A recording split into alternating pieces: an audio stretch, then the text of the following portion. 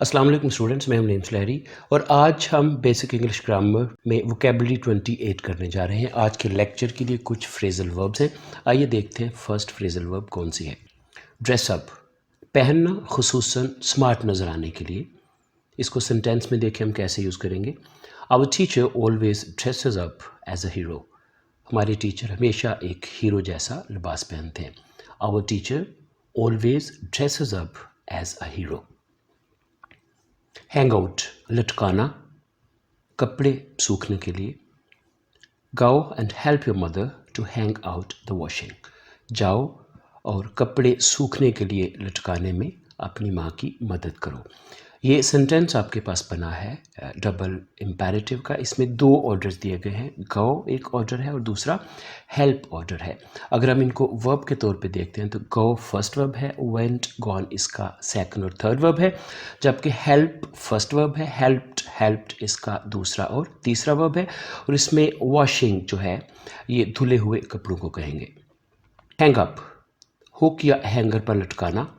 Hang your shirt up before you go out. बाहर जाने से पहले अपनी शर्ट हुक या हैंगर पर लटका दो। बिफोर से पहले। हैव ऑन, कुछ पहने होना। The poor man had nothing on but his torn trousers. गरीब आदमी ने फटे हुए ट्राउजर के सिवा कुछ नहीं पहना हुआ था।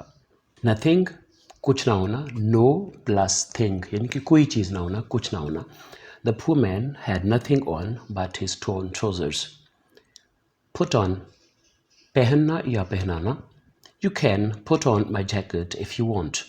इसमें जो कैन है ये हेल्पिंग वर्ब है। पुट इसमें फर्स्ट वर्ब लगा है और कैन को अगर हम वर्ब के तौर पे देखें तो कुड इसका सेकंड और थर्ड वर्ब होता है। इसमें एक और वर्ब जो यूज़ हुआ है वो वांट है। वांट का मतलब चाहना। वांटेड इसका दूसरा और तीसरा वर्ब है। टेक ऑफ, कपड़े या जूता वगैरह उतारना। He took off his shirt and jumped into the river. उसने अपनी शर्ट उतारी और दरिया में छलांग लगा दी। इसमें जो टेक ऑफ आपके पास फ्रेजल वर्ब है, इसका टुक हमने सेकंड वर्ब यूज़ किया है। Take, took, taken. और जंप फर्स्ट वर्ब है। जंप्ड यहाँ सेकंड वर्ब यूज़ हुआ है। जंप्ड इसका थर्ड वर्ब भी है। He took off his shirt and jumped into the river. उसने अपनी शर्ट उतारी और दरिया में छलांग लगा दी। ट्राई ऑन, पहन कर चेक करना। People always try shoes on before they bye them. People always try shoes on before they bye them. लोग जूते खरीदने से पहले पहन कर चेक करते हैं। रैप अप, गर्म कपड़े पहनना।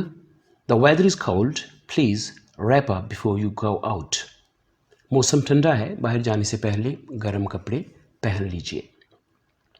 रैप अप, गर्म कपड़े पहनना, ये इसमें जो फ्रेजल वर्ब है वो यूज़ हुआ। और बिफोर से पहले जैसा पहले आपको बताया है। और इस पर प्लीज़ मेहरबानी करके या ब्राय मेहरबानी। और गो आउट, बाहर जाना। गो विद के साथ अच्छा लगना या सजना। This coat doesn't go with your dress. ये कोट आपके लिबास के साथ अच्छा नहीं लगता। डजंट डज प्लस नॉट है। ये सेंटेंस आपके पास बना है प्रेजेंट इंडेफिनिट का नेगेटिव। इसमें डज जो है वो हमने हेल्पिंग वर्ब लगाया है।